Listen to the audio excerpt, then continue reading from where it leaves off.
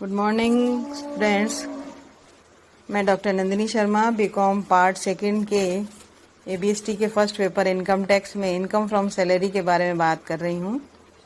Income from salary में हमने gratuity से संबंधित नियम पढ़े थे और उसी से संबंधित एक सवाल मैं आपको यहाँ हल करके समझाऊंगी। ग्रेच्युटी के लिए जो नियम थे उनमें सरकारी कर्मचारियों के लिए नियम अलग हैं और गैर सरकारी कर्मचारियों के लिए नियम अलग हैं। गैर सरकारी कर्मचारियों के नियम दो प्रकार के हैं, जैसे ऐसे कर्मचारी जिन पर की ग्रेच्युटी भुगतान अधिनियम 1972 लागू होता है और कुछ कर्मचारी ऐसे होते हैं जिन पर की ग्रेच्युटी पेमेंट एक्ट 1972 लागू नहीं होता है। तो आज हम जो सवाल करेंगे उसमें हम देखेंगे कि अगर किसी कर्मचारी पर ग्रेच्युटी भुगतान, तो इसमें सवाल है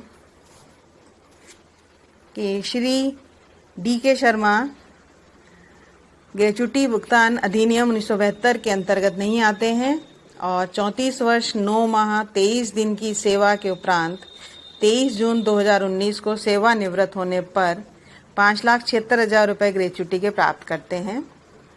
उन्होंने सबसे अंत में निम्नलिखित कुल वेतन प्राप्त किया। मूल वेतन 31,200 रुपये प्रति माह यानी बेसिक पे 31,200 रुपये प्रति माह, महंगाई भत्ता 7,200 रुपये प्रति माह, स्थायी यानी डीएनएस अलाउंस है 7,200 रुपीज़ पर मंथ, फिक्स्ड है ये।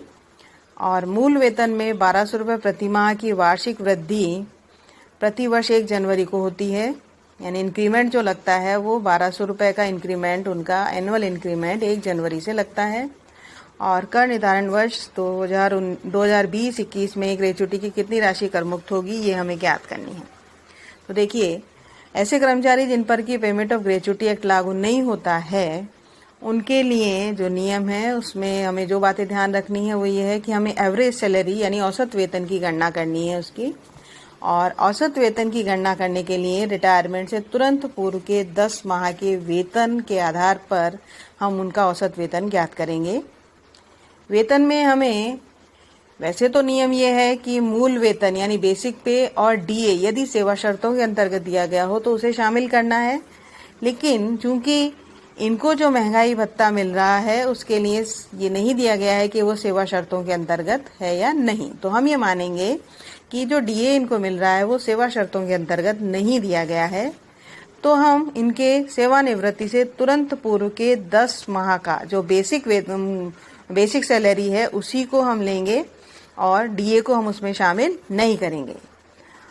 तो तुरंत पूर्व के 10 माह का हमें केवल मूल वेतन या बेसिक पे ही लेनी है। अब हमें देखना है कि इन्होंने कितने साल सर्विस की। सेवा अवधि की गणना, जो पेमेंट ऑफ ग्रेच्युटी एक्ट लागू नहीं होता है तो सेवा अवधि की गणना में केवल पूर्ण वर्ष ही लिए जाते हैं।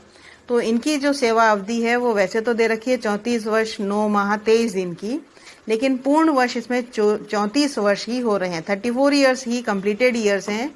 तो फ्रैक्शन में जो टाइम बच रहा है 9 माह और 23 दिन हम उसे शामिल नहीं करेंगे और इस आधार पर इनकी जो सेवा अवधि है वो 34 वर्ष ही ली जाएगी।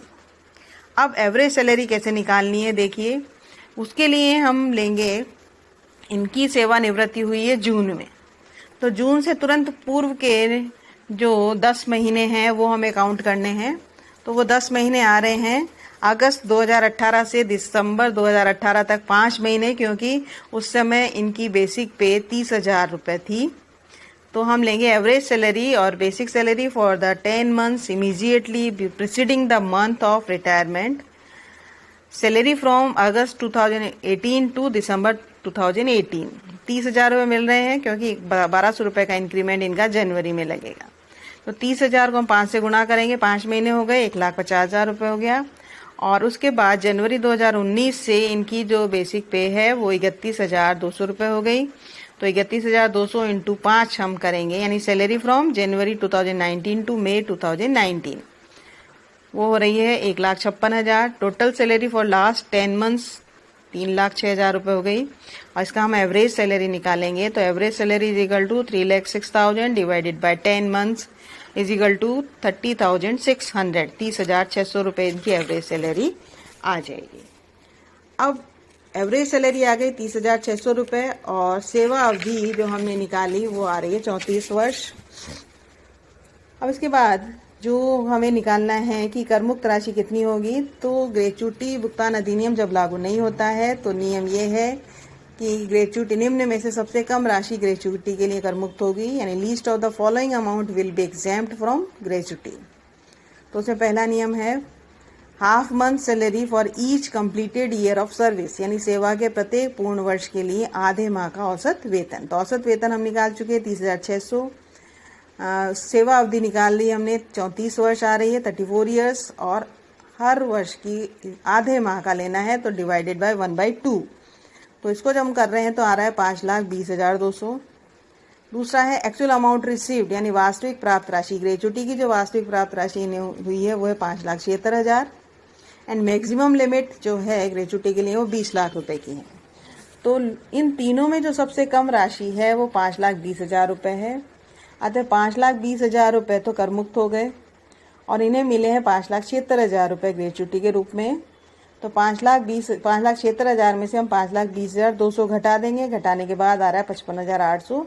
ये ग्रेच्युटी के इनके कर योग्य होंगे, यानी therefore out of ₹5,76,000 received as gratuity, only ₹5,20,200 will be exempt from tax for the assessment year 2020-21।